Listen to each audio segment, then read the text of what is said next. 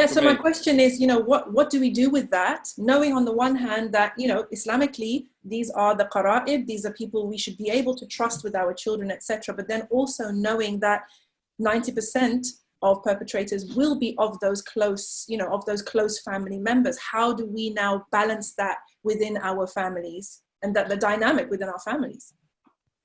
Yeah, I mean, I think it's important there's two aspects of this. There's an aspect that this is something which isn't a Muslim issue. Sure. It's a societal one, obviously. Yeah, of course. So that's the first thing. The second thing is with regards to mahrams and it being family members, then generally speaking, you're speaking about, in most cases, you're talking about, for example, family members that are I guess I'd have to see the data, but I'm assuming that you're speaking about uncles that are not necessarily people that are supposed to be, they're not immediate family members, hopefully. I'm not sure. I'd have to look at the data. I don't know what the data says. But this type of situation is avoided in two ways. Number one, the boundaries of Islam talks about segregation of the sexes with regards to sitting down together. And then there's the other aspect of, even though they may be mahram, for example, it's not necessary that they're going to be alone in circumstances which facilitates. This is a point which facilitates and allows for sexual abuse to happen. So, for example, it generally doesn't happen. It's publicly. It's generally privately. There's generally some type of kind of sleeping over, stuff like these things, and a lot of private contact. Is there something like in some of our households, the kind of a lot of footfall, a lot of relatives in and out, a lot of friends of relatives coming in and out? Sharia, I'd just like to go to you for a second, just to educate us a little bit, inshallah, on how can we equip our children to be that first line of defense in a way? Obviously, there's something that we can do in terms of regulating the environment, but what do we need to teach them, and when do we start teaching them? Okay, thank you so much for asking me that. The first thing we need to do is, we as parents, we need to be educated so that we can empower our children. So how do we educate ourselves? I remember previously you asked a question, what is it that you look for within sexual abusers?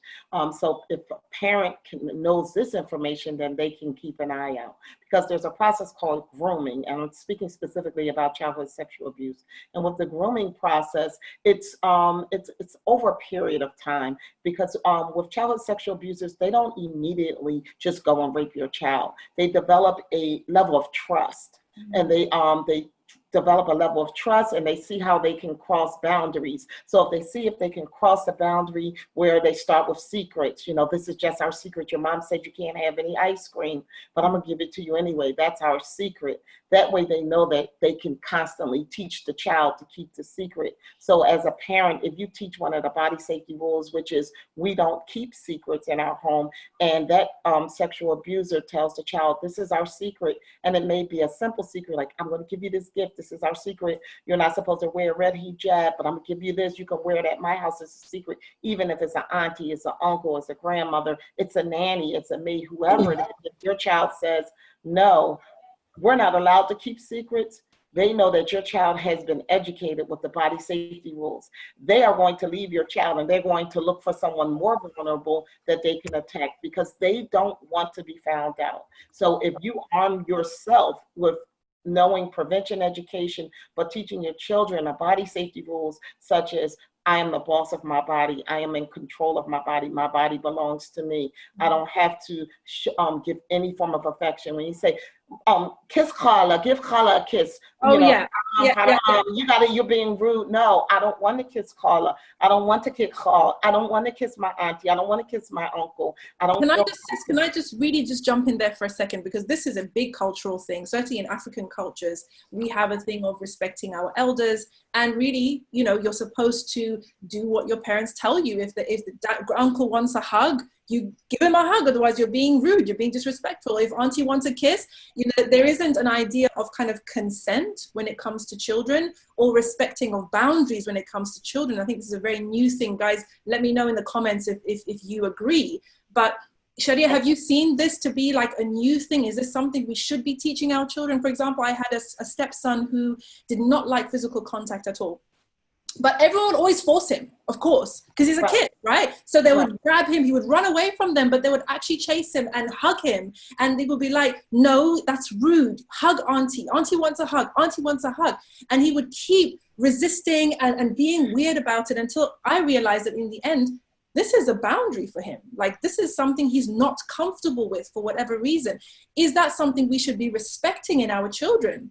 Yes, and that's something that we should teach. And as adults, we should also say, why is he uncomfortable with hugging auntie? Why is he running away? What is he trying to tell us? Because what happens is when we force our children to show affection, we're teaching them that you're not in charge of your body. You don't have the right to your body. You are not allowed to establish boundaries. So what happens when a sexual abuser goes to touch them? They don't know how to establish the boundaries and say, no, stop, I don't want to do that. You're not supposed to do that. Why? Because you forced me to hug someone. You forced someone to touch me. And that person that you could be forcing could be a sexual abuser. So it's important to teach your child, you are the boss of your body. You can say, now you have to speak, you have to give salams, but if you can show affection any way you want to. But you also, as parents, you have to teach other adults that, so that they're not forcing our children. If I meet your child, I'll say to your child, and even my nieces and nephews, and I've even had a parent tell me, what huggers? What are you asking for? I say, can I give you a high five? Can I give you a hug? Why? Because I'm teaching that child that they have the right to their body. They're the boss of their body. They are in control. If they don't want to be touched, even me, auntie, even me, mommy, even me, your teacher, I don't have to hug you. I'm an educator. I've been in the education industry for over 20 years. I lived in Morocco. I lived in Syria. I lived in UAE. I taught in Alain for 5 years, and we know the Arab culture. You kiss and you hug and do whatever, but I'm not forcing a child because I'm taking away their boundaries and I'm making them feel like they don't have the right to speak out if they don't feel comfortable. We have to move this out of our culture. We have to move this away from Islam because we're taking away the children's power. Also, we have to learn because there's 5 body safety rules. You know, one of, like I said, the secrets. I spoke about secrets. Why we shouldn't teach our children to keep secrets? Because of the secret relationship that sexual abusers create. They create a secret sexual relationship. This is just you and I. They find the child that is vulnerable. They find the child that doesn't know the body safety rules. They find the child that needs a little bit more attention. Right. They find the child, and then, you know, I'm going to give you sneakers. I'm going to give you this hijab. I'm going to call you. Oh, they listen to the child and the things that the child complains about, and they become their special person. They become their special friend. And shh, this is our secret. Don't tell anyone. We eliminate secrets at the age of 3. This is when we teach the body safety rules, and we teach it over and over and over and over again, so that if the sexual abuser tries to tell them to keep a secret, oh, we don't keep secrets. That's against the rules. They will go on to the next child. So that's how we are protecting our children. In addition, we don't talk about this in Islam. You have to teach your children the proper names of their body parts. We have to talk about the body. We have to call the private part for what it is. We have to have these discussions. Why? I'm gonna just wait. I just want to jump in there quickly, because this is actually kicking off in the comments, and I know that this is a real edge for parents. It really, I remember working with a woman who was a nurse, and all her children knew the names of the anatomy, and I was scandalized. I was so shocked. I was like, oh no, you didn't. And she was like, oh yes, I did. But explain why. Why should we be using why can't we say twinkle and tutu and all of this stuff, which makes it sound cute? What is the problem with that? I'll tell you a story. There was a little girl, she was in either preschool or kindergarten, maybe 4 or 5 years old. She went to school. real life story. And she was telling her teacher, my uncle licked my cookie. My uncle licked my cookie. And she was saying it over and over again. So the teacher, she didn't pay it any mind because, okay, he ate your cookie. He licked your cookie. What's the big deal? And the little girl, she went on for like 2-3 days trying to disclose her abuse. But because she didn't know the proper name of her private part, what happened? She didn't get any help. She didn't get any help. And when the child needs to disclose the abuse that's happening, they need to be able to say, she touched my private part, and by its name. He touched it. Also, it removes the shame. It removes the blame. It helps to remove the discomfort. It's just your body part. It's a part of your body, just like your eyes, your nose, your ears, your mouth, so that you can constantly have these conversations. When we talk about the body, children talk about the body. Real life story. There was a boy who was being abused by a woman. She was his nanny from the age of 4 until 7. She lived with this boy. And although they talked about sexual abuse in their home, they didn't talk about it. The mother didn't know what to do when she suspected it, but the boy wouldn't say anything.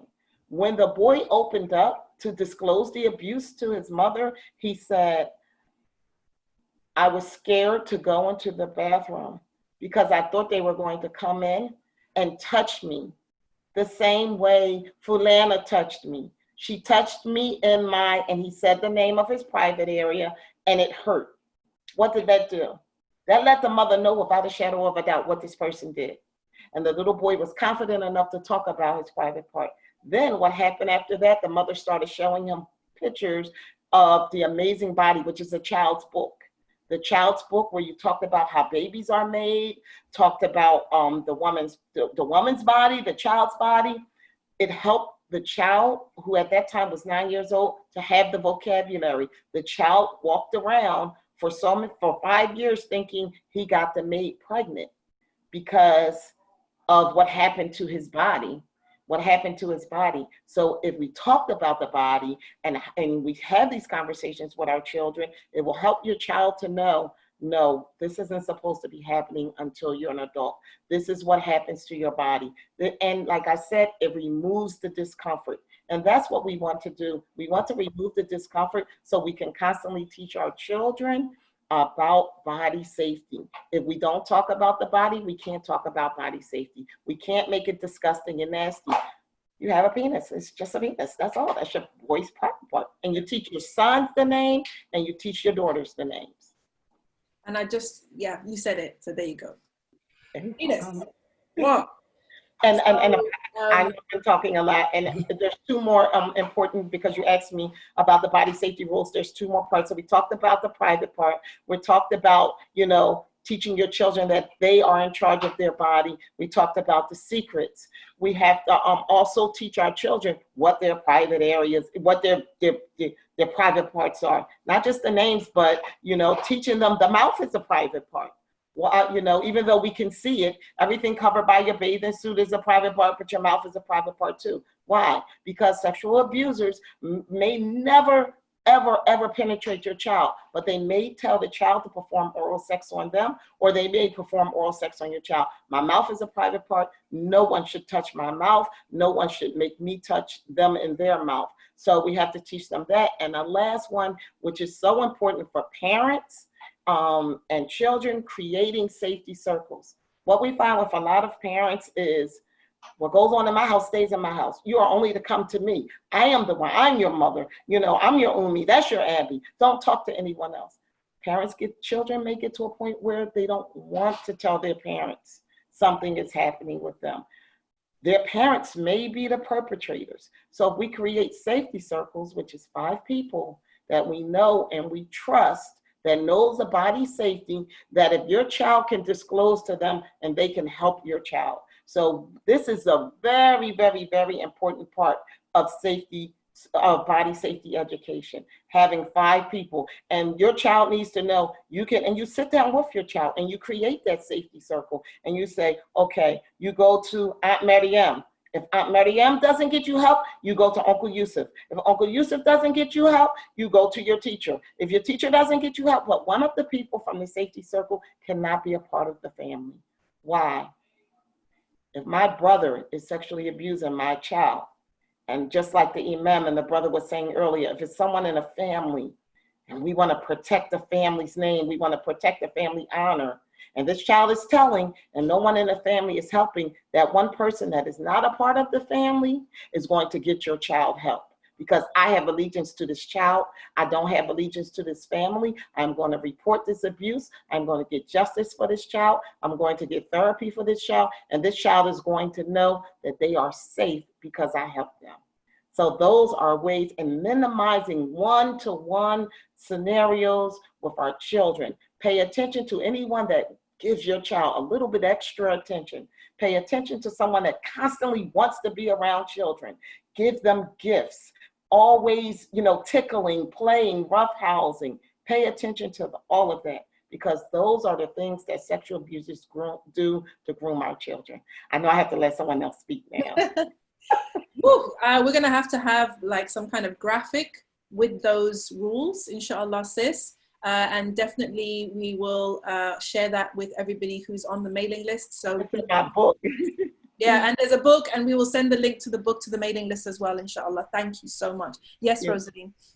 Hi, I just wanted to add to that as well. Another thing with the girls, especially if you have daughters, when it comes to them wearing the hijab, don't say to them it's because you're pretty and you don't want, because I know this happens a lot, that people say to the daughter that, oh, you need to cover yourself because you're too pretty. Now, what that does, it creates that shame in the girl and makes us think that I'm going to be victimized or something's going to happen to me if I don't wear the hijab. No, I don't cover my face because I think I'm beautiful. I cover my face because I believe is a commandment from Allah. And you have to teach your children that difference.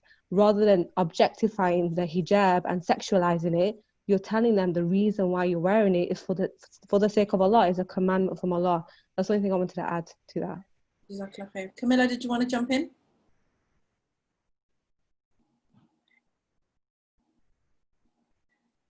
And also knowing that rape is an act of control. It's not an act of intimacy. It's not because you're cute. It's not because you're beautiful. It's an act of power, and it's an act of control.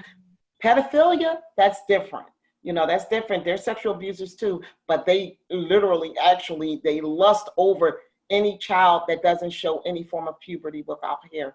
But sexual abuse is not a form of because you're cute, because you're beautiful, because I find I love you, because I couldn't help myself, you were to this. Okay, that's important to know, subhanAllah. Yes, Camilla. Yeah, so just something that was touched on earlier that I just wanted to go back to, where we were talking about 90%, the sister was saying about 90% of children knowing who their abuser was, and I think it was picked up that it would be a family member. But that's not what it is. Although familial is number one, it will be someone they know. And that person could be their teacher, their scout leader, their Quran teacher. So it will be someone that is familiar to them. That is what the statistics will say. So I think it was interpreted when Abdul Wahid was speaking to Abdul Wahid, that it was interpreted as family members. They're included in it also. It's family members, and I said people that they know and trust and love. So not just. No, I know you did this, but I think the brother picked it up incorrectly as family. So I was just highlighting that. Maybe that was my bad, because I went in there with the mahram thing. Yes. So just wanted, just in case anyone misunderstood that it is people that they know and trust. So let's just take a roundup now, inshallah, because of time. I know that it's a really, we could probably talk about this for the next 3 hours, but let's, for the sake of this session, let's round up with our thoughts on what parents need to be aware of, or what can parents do differently from today. Listening to this session, hearing from you guys, and thinking about these issues for ourselves. How can parents empower themselves to help their children, to shield their children, to help them, to keep them safe? If you'd like to just go, I'll start with Camilla and go round before we wrap up the session and go into Q&A afterwards. Go ahead, Camilla.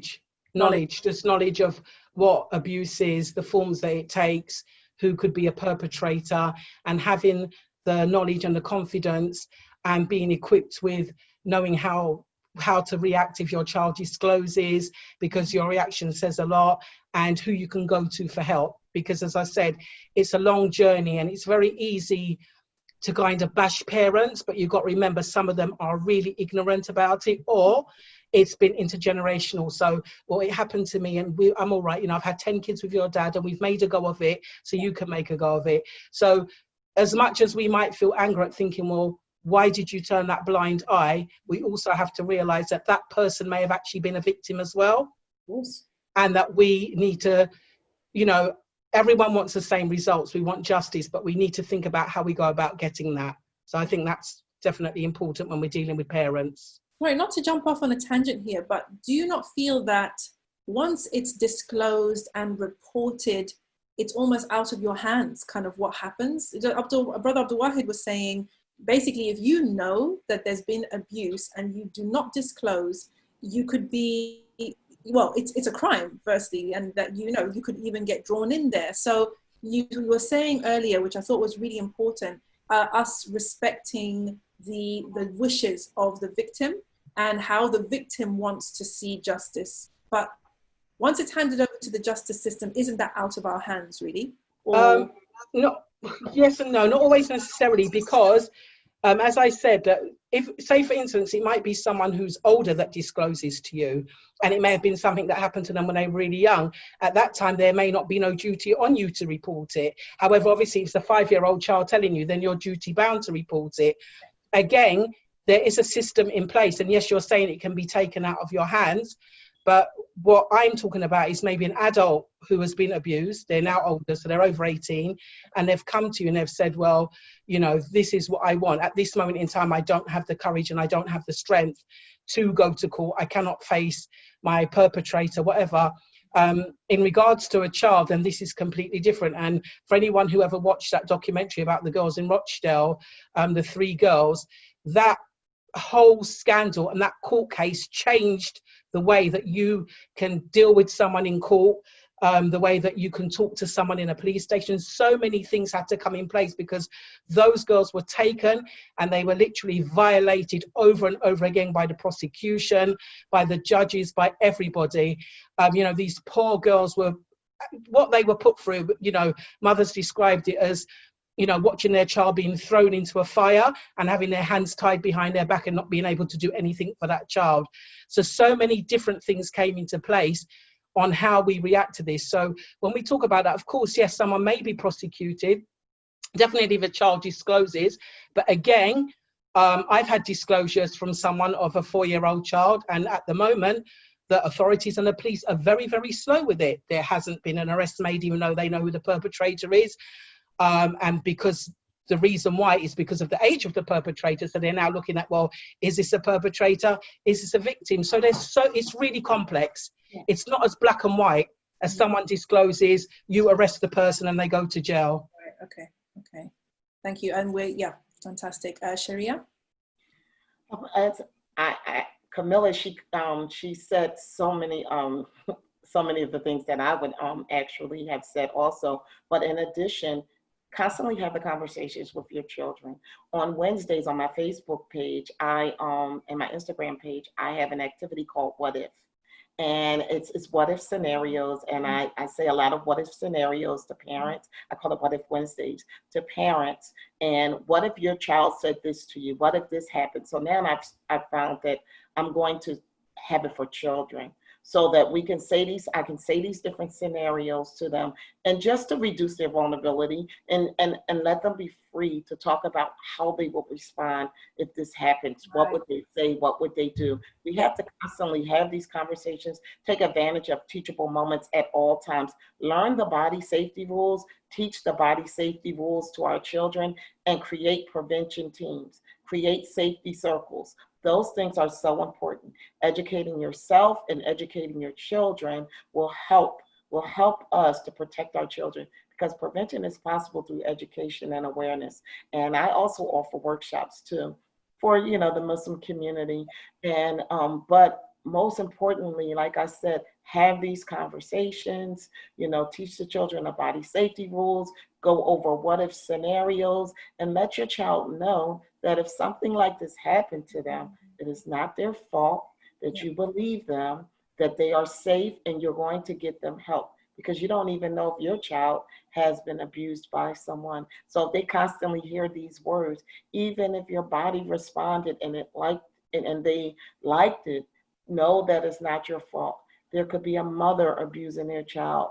It could be your wife abusing your child. It could be your husband abusing your child. But if we teach the child the body safety rules and let them know, even if it's mommy, daddy, auntie, grandma, anyone, my job is to keep you safe first.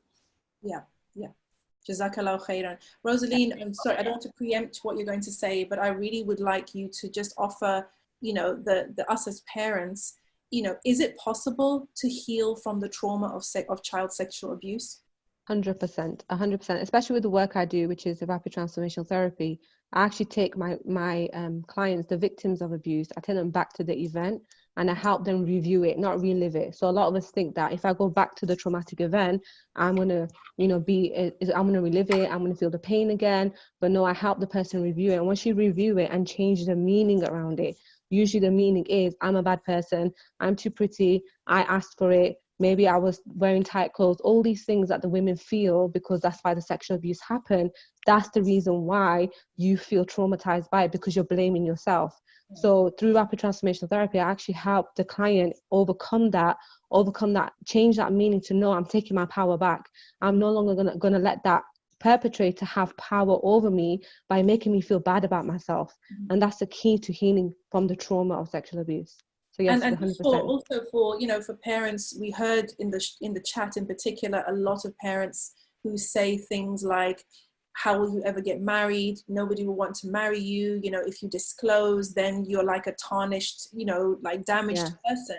You know, is it possible for, you know, victims of child sexual abuse to go on to a healthy adult life and be healed? Yes, definitely. 100%. Because for me personally, I was sexually abused between the ages of birth to the age of 4. And it was from a person that was obviously supposed to care for me. So for me, I created unhealthy patterns as I grew up into teenage years. But when I healed from that traumatic event, I was able to put boundaries in place. And I was able to stop people pleasing, stop seeking validation, stop seeking love and attention from other people. And I was able to give that to myself. It's something that I do is called healing the child within. And a lot of us have wounded children, especially when you're sexually abused and you're an adult. You have a wounded child within. There's a breach there, isn't there? At that point in the trauma, there's like something at that point. Yes. I can't tell you, the worst thing is that when your innocence is taken away and your trust at the same time, that is the worst place to be in, because you're in a land of like, it's like a land of like never ending. It's like you remember the trauma, but then you think to yourself, can I trust myself? Is this true? So you can't, your innocence has been taken away, your trust has been taken away, but it can be healed once you change the meanings that you've created around that traumatic event. Jazakallah khairan. Brother Abdul Wahid, are you able to come on? I'll just go to Safia and come back to Abdul Wahid. I would like you to maybe give us, you know, what is the role of the masjid and imams in this conversation? With regards to, I think there's a lot of, you know, valid points that your guests have made. But I think with regards to first of all, just before we got to the masjids and the community, like the imams and stuff like that, is the reality of this type of scenario, situation of abuse, is a misuse of trust. And it's a bit difficult to be able to, I think it was Camilla that was mentioned earlier, one of your other guests, you need to address the perpetrators, because you're looking at, for example, an issue of them doing something which is a crime, a sin. It's the biggest breach of trust, basically. So it's a case of addressing it as the masjid, for example, the imams, the community. It's not necessarily about saying, okay, look, there's sexual abuse that happens in the community. And no, it's about highlighting the severity of betrayal of the amana that Allah subhanahu wa ta'ala has given you, the mas'uli that you have with regards to your children, or with regards to, for example, your siblings or your relatives. and trying to instill in people a basically an understanding that, you know, there are certain things which when you do them, the consequence is going to be huge, basically, if not in this life, in the afterlife. Because ultimately you have to stop the perpetrator. It's difficult after the time you're speaking about healing. You want to prevent it before it happens. You don't want it to happen in the first place. And I think that there's a danger. It's a very sensitive topic. It's a very difficult one. But there's a danger also in, you know, at what point, so a question came up in regards to teaching kids. At what point do you teach them, or do you tell them of certain things that happen? Like when they become aware of it, when it becomes relevant to them. So there's a danger of actually, you want to be careful not to implant in them suspicion of everyone that they're supposed to trust, at the same time as well as making them resilient in case of that happening. We don't want to be feeling, okay, that person could potentially be, you know, every touch is an abuse, every kiss is a, you get what I'm saying? So it's a very difficult topic when you're dealing with children, especially at a young age, when you're educating them on these things. So these things haven't come to their mind, for example, but it's something that could happen. So you have to be very careful. That's, I think, a key point, which you don't want to kind of, you know, put something in there which isn't already there. Preempt the you get what I mean? You know, and then they breed a mistrust of everybody. That's not how you're supposed to live. You can't go and live in thinking that everybody's a potential abuser. That's also incorrect. Every close family member who's, for example, you know, you're sitting on your, you know, with your brother and you're playing, okay, that's, you get what I mean? So you need to be careful when you're dealing with the kids. It's a very sensitive issue. You need to be very careful. The main thing is the perpetrator.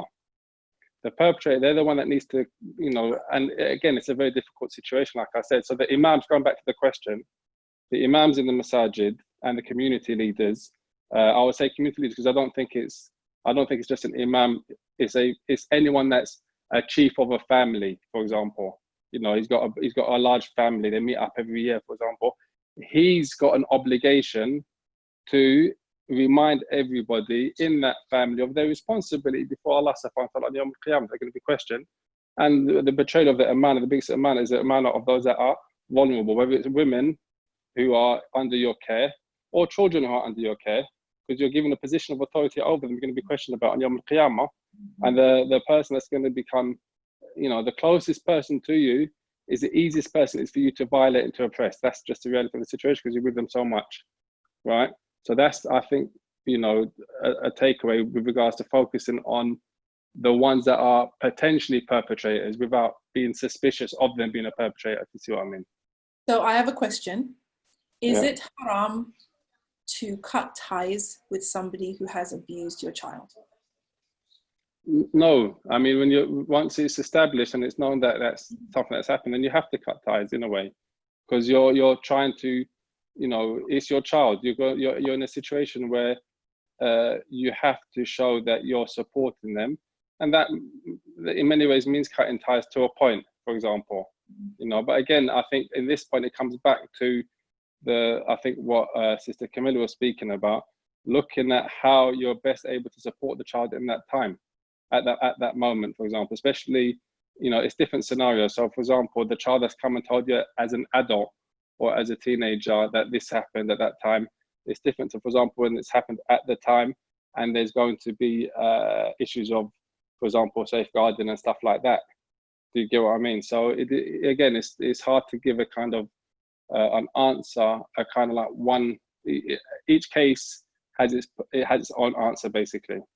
I wouldn't say yes, cut ties, and everyone cuts ties. I wouldn't say no, don't cut ties, and then, you know, and then it's open. It's a case by case basis. So in this type of situation, you'd go to, for example, someone that's elderly, respected, knowledgeable, and that, you know, you'd take it on that, basically, you know, because it's not going to be the same for everybody. But as a general principle, then obviously you're not going to put them in a position where they're able to be harmed again. That goes without saying. Yeah.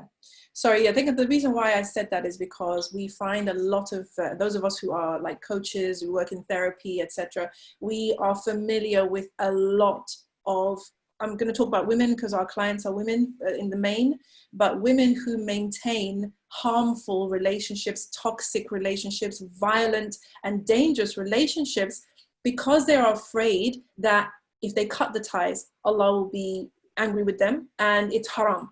I have to. No, that's correct. That's incorrect. That's completely incorrect. I mean, without a doubt, the The religion is Islam is to establish justice and fairness and to remove any type of harm and injustice. That's the overall objective of all of the ahkam or the sharia of Islam. So as a principle, for example, la darar wa la dirar, there's no harm, there's no reciprocating of harm. So one of the things that come up in many cases with regards to relationships is, for example, people using the religion to, or a hadith and to suit their purposes or to suit their desires. A situation comes up, for example, woman's in an abusive relationship, a marriage which is it's abusive, she's been manipulated, he's a narcissist or whatever, and it's actually the situation like that. Okay, does she have to stay there? He's going to say, no, well, if you ask for divorce, you won't smell the fragrance of paradise, and all the hadith that he's going to use. That doesn't apply in that situation. She's entitled to ask for divorce, ask for khulwa, because she's in an abusive relationship. And the principles there, removal of harm. So again, I think somebody mentioned it was Sister Camilla, knowledge. I think the importance of educating our kids about their rights, our daughters about her rights, for example, our sons about their rights and their responsibilities, their obligations, stuff like that is really key from a young age. And this you find in the early, for example, the Sahaba, the companions. The youth of the companions were around the Prophet Muhammad sallallahu alaihi wasallam. They were learning.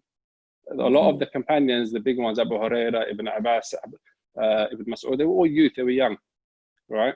And they were learning. So the thing is that there's this other thing, which we have, which is societal. It's become a child is a child up to the age of, for example, 16, because then they get their NI number, they can get a job. 18, they can get married.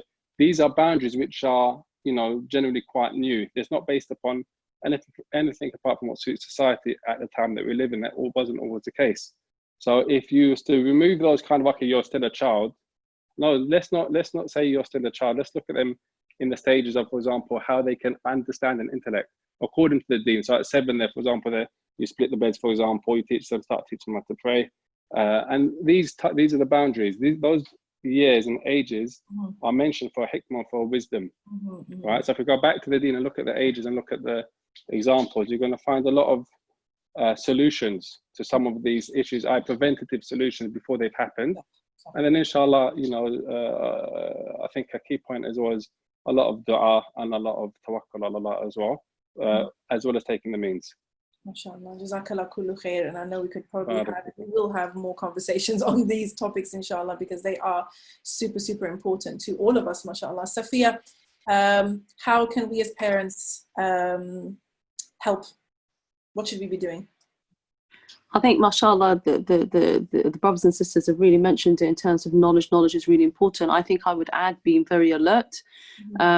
And like the brother said, I think it's finding that mutual, not being too paranoid, but sort of being alert at the same time. I guess for me, in terms of protecting a child, maybe being paranoid is better, because then you're protecting a child, and once you overcome and check and ensure that that's not. So if you've got, and follow your gut instinct. Sometimes, subhanAllah, we underestimate that natural fitrah that Allah has given us, that that something doesn't sit right. There is a change in your child that you're not familiar with. There is something with this person who keeps on coming to my house, who's got this explore all that, because the worst thing, the best thing is that nothing's up. And obviously, if there is something that needs to be explored, do so. Remember as parents that you have taken this amana, which is this child, to protect this child. And it's not just about, giving them education and feeding them and all those things, but also protecting them, and know that when history, like we said, young people are young now, and when they look back, they will, I guess, reflect and review what took place. Be on the right side. If that child gave you signs and spoke to you and asked for your help, and you didn't give it to them because you saw other factors being more important, that you saw it complex when it wasn't complex, and it takes courage for those young kids to show you signs, to communicate with you directly or indirectly. Be brave yourself, because obviously then you negate your child from being traumatized, from being damaged, from having relationship problems, not academically achieving. These are all factors that it's not just being sexualized, but actually this child as a whole will not flourish to their best ability, because this overshadows them. So be on the right side of history in terms of supporting your child. What I will say to you as parents as well, and majority of the parents that we work with are single parents, single mothers specifically. You are in a difficult situation sometimes, where you are forced to leave your children with with people because I guess you have to go work, because they have to pick up your child. And so be very mindful that you balance what's more important, your child's well-being, and knowing now that we're talking to you, that we're saying to you that actually the people that you trust, obviously the people that the children trust, are the ones who are more likely to abuse your child. So be mindful of who you set your children to. I will even take it to the next level and say, actually, we send our children to madrasas. We send brothers come or sisters come and teach our children at home. That we send them to tuitions, places of, I guess, that's open to the public that we trust as a community. Please be mindful of where you send your children.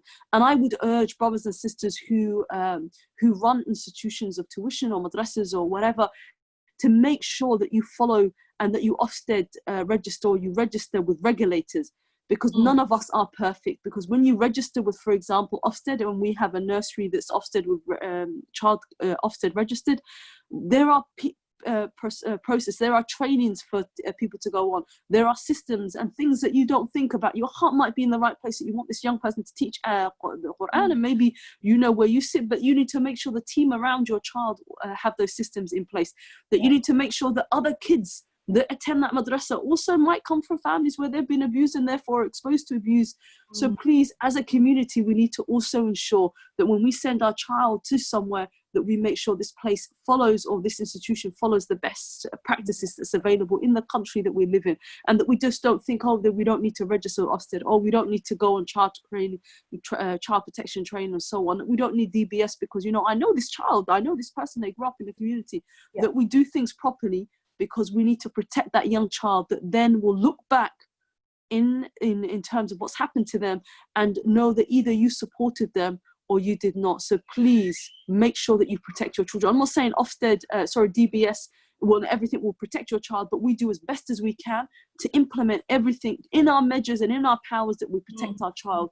That sometimes we remember that our child is more important than the work or something else, that we have to do, and finding that balance in terms of our child, communicating with our child, being alert is the key thing, I would say.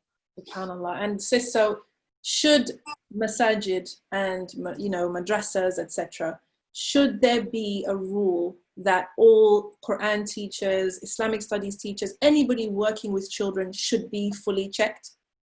Absolutely. I think as a community, now that we've heard what the challenges and the dilemmas are, that actually, like the brothers and sisters have stated, the places that we trust the most, that our children trust most, are places that our children can get damaged and harmed from psychologically, physically, sexually, emotionally. So we need to make sure that we need to be transparent. And what does that mean? Having external people coming in, making sure, so some of the criteria they make sure is that you've had child protection training, that you have systems and processes in place, that you've had your DBS check, that you can have on-the-spot checks, that's really important, that parents are interviewed by external members when they come and do the checks. These are things that will make us as a community be transparent. I'm not saying it's 100% the only way that we can protect our kids, but 110% we have to do what we can within our means and the systems available. Schools have these measures in place. I'm not saying it's 100% safe for children, but unfortunately, some schools, a majority of schools are safe sometimes than our madrasas, which is a horrible thing to say,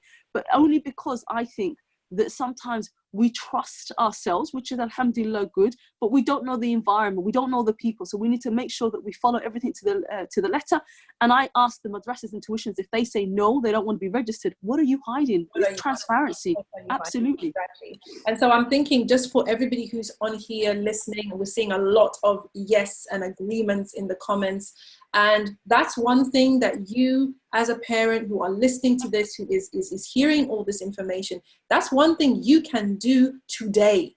If your children are going to a madrasa, if they're going to a Saturday school, anything, you can ask them, are you guys checked? What are the checks? If they say no, then insist that they get it done. For everyone who's having any kind of communication with your child, who spends any time unsupervised with your child, these are things that we can demand. As parents, especially most of us are paying fees, we can demand that, and inshallah we can eventually make it a norm within this generation that this is the standard that we have, that there is safeguarding in place. And I really believe very, very strongly that enough parents become wise to this, enough parents start demanding this, it will change inshallah. Brother Musa, any parting words for parents, maybe if, especially with regards to teens who are suffering right now, or any message that you have really for anybody who's watching this? I think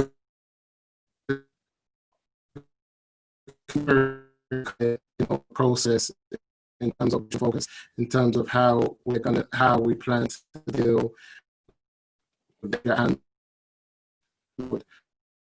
Sorry, brother, do you want to just turn your video off because it's interfering with the sound, so we can't hear you. It's like breaking up. Maybe this might. How is it now? Yeah. Okay, so it's like I said, I think it's very important that we are clear in terms of how we're going to move forward and the victims and how we're going to deal with the perpetrators. I feel like there's an of theoretical and practical. It's also when it comes to Islam in terms of the theory of how we should deal with things and the practicality of how we're living, the environments that we're in, you know, the parents that are working too, the single parents, you know, having to leave their kids here and there, and also understanding that as a community, we can only speak from the aspects of the Muslim community, what we can do to kind of bring this to the forefront. And as long as I've been a Muslim for the last 13 years, I have never heard anyone on the minbar talk about, you know, sexual abuse to young children or, you know, within the community. I've heard them talk about, you know, stealing, backbiting, robbing, every type of sin, but these are sins we're yet to hear about on the, and I feel like the minbar is one of the you know, spaces of power, of sending a message, a clear message to the community about the do's and don'ts of our community, and in terms of what we expect and don't expect. And you find that on every Friday, you know, we have over 2,000, 3,000 people attending the Friday sermon, and we're here to believe that there is no abusers without it. Mm-hmm. So we have to understand that we have to send clear messages, even if there's just one or two who attend. They have to know and understand that as a community that we're onto them, that prepared to, you know, to call them out, and we're prepared to make sure that they face the full force of the law of the land that we're in. I feel like, example, speaking from my experience and dealing with sisters who've told me about, you know, being raped or abused, one of the things that I always ask them is, have you called the police? Mm-hmm. And you know, and in the incidences that I've had to deal with, it's always been no. I didn't know if it was Islamically correct for me to call the police, or should I have called, like, you know. And I'm thinking that, you know, how are we in the stage where, you know, somebody can be raped in their own home and still feel like calling the police is a bad idea, you know? So I feel like we just have to be very clear in terms of how we want to deal with the perpetrators, the victims, and how we want to deal with the victims in terms of the support and supporting them and letting them know that it's not their problem. There's too many victims that in our community, we still have too much of a victim blame culture, and we keep on, you know, making it easy for perpetrators to get away. And it's not that it's for everyone to speak on, or every imam, but I feel like those who do, you know, have an understanding, have that platform, I think it's very important that we call out the perpetrators, we call a spade, and we speak vocally and try to make a difference, rather, because these discussions are excellent, but the reality is these things are continuing to happen in our communities to our sons and daughters, and I feel like it's a time that we take a strong stance moving forward. Totally agree, 100%. And I think, you know, my thinking with, you know, discussions like these is that, you know, we've had about 80 people on this call. There will be many hundreds more who will watch it, you know, potentially thousands who will watch it on YouTube. And if every person who attends a session like this, all of you, when you're done here, tweet about it. Put something on your Instagram stories, take a picture of the screen, tell people what you learned, tell people what you've decided, tell them what you took away from this, because it is something that can be changed family by family, community by community. So at this stage, I would just like to say that out of this conversation, I feel that one of the things that we as parents need to learn, it's not a mother's thing, it's a parent's thing. How can we avoid raising perpetrators? That is a conversation for another day, inshallah. So I'd like to just take this opportunity to thank my amazing panelists, Safiya, Rosaline, Musa, Abdulwahid, Camilla, and Sharia. You guys have been amazing, have brought so much amazing content, experience. You've blown everyone's minds, I'm sure. So I just ask Allah subhanahu wa ta'ala to really accept your work, accept your efforts, and allow you to be a source of khair and to be part of the change that you want to see in this world. And may Allah bless all your families. Those of you who are watching live, please do put in the comments your takeaways, share this recording, let other people know about it, and make sure you sign up to join us next week. We're going to wrap up here, inshallah, for this portion. Wassalamu alaikum wa rahmatullahi wa barakatuh.